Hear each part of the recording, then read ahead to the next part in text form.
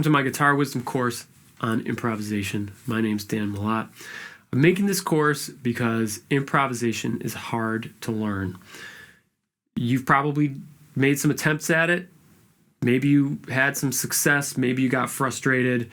I understand this because I've gone through the same thing, and I've taken countless students through this process. Over the course of that experience, I developed kind of a system. And I don't really see too many people using a system for explaining how improvisation works. And I think this one actually gets some results, and it doesn't leave a lot of things to chance.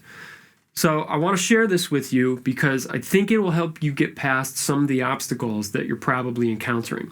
It's going to be a long process, and there's no way I can possibly touch on all the finer details of everything having to do with all of the technical aspects and the theory elements and stuff, but I've done my best to try to give you the essentials here, and hopefully it works. If you've got any ideas for things that I missed or things that are unclear, put it in the comments on this video, on any of the other videos.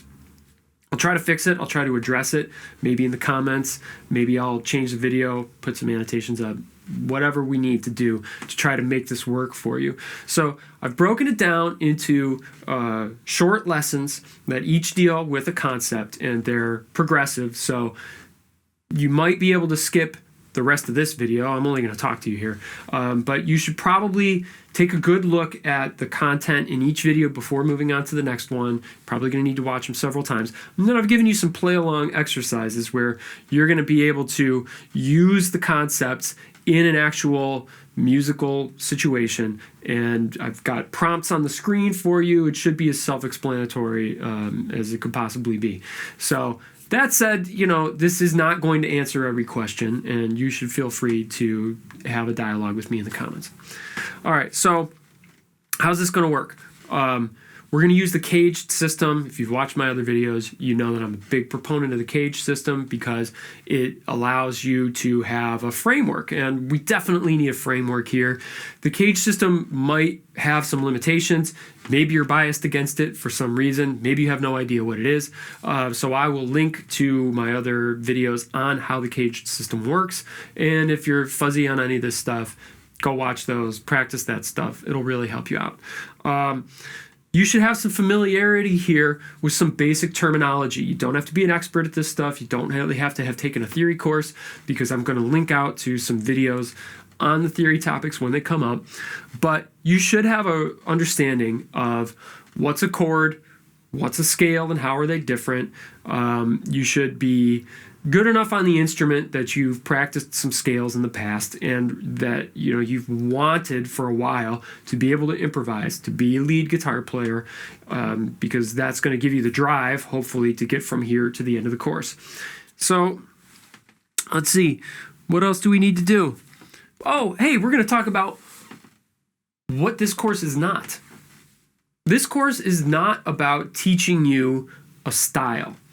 It's not about teaching you licks, and I'm really going to try hard to not teach you any of that stuff. To not say, oh, here's a lick you can play. I don't want to tell you what notes to play. That's precisely what your portion of this course is supposed to be, is to figure out what notes to play. So I think you can use this for a broad range of styles. That said, because they're going to be play-along examples, and certain things on the guitar are just so familiar that they evoke things that you've heard before, well, we're going to kind of infringe on playing some stylistic things once in a while. It's just sort of impossible, if I give you a play-along example, to not have some stylistic elements there, unless I just put a click track on and go boom, play whole note chords. So I want you to enjoy playing along with the examples. So I've got them minimally stylized. There's going to be a little bit of a drum groove. There's going to be a strumming pattern. There's probably going to be a little bit of an active kind of bass line, just so that there's some substance there. And it might suggest a style, and maybe you don't like that style, but do your best to use that example anyway, because I think they'll be helpful. But we're definitely not going to talk about how to play in any given style. There's a million videos out there that tell you how to do that. Oh, 10 tricks for playing blues licks, and I'm never going to make one of those videos unless I'm not getting enough hits. So with that in mind, we're going to jump into lesson one. Lesson one's about context. All right, we're going to talk about how you orient yourself to the musical context, and specifically we're going to talk about how you do that with chord progressions. So I'm going to see you there in lesson one. What key am I in? Thanks.